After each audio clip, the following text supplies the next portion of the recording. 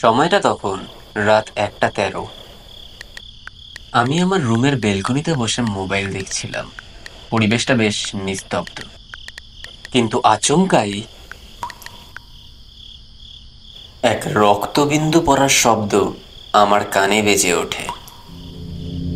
আমি সেই মুহূর্তে ভয়ে স্তম্ভ হয়ে গিয়েছিলাম। আমার শরীর ভারী হয়ে আসছিল। বুঝতে পারছিলাম না শব্দটির উৎপত্তি স্থল কোথায়। আমি দেখতে শুরু করি এইদিক ওইদিকে।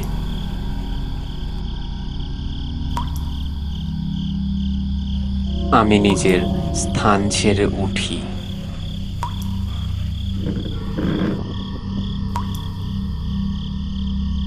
এগোতে শুরু করি শব্দটির উদ্দেশ্যে।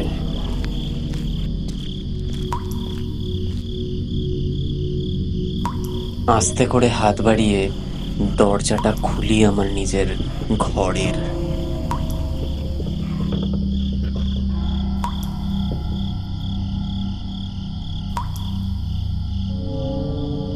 আমি বেরিয়ে আসি আমার ঘর থেকে। শব্দটা তখনও আমার কানে বাজছে। আমি খুঁজতে শুরু করি শব্দটি। বুঝতে পারি শব্দটি আমার রান্নাঘরের থেকে আসছে।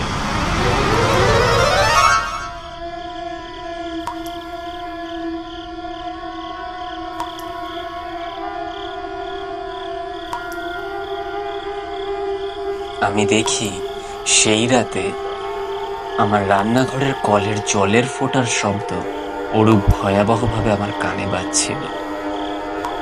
কিন্তু আমি ভয় পেয়েছিলাম প্রচণ্ড।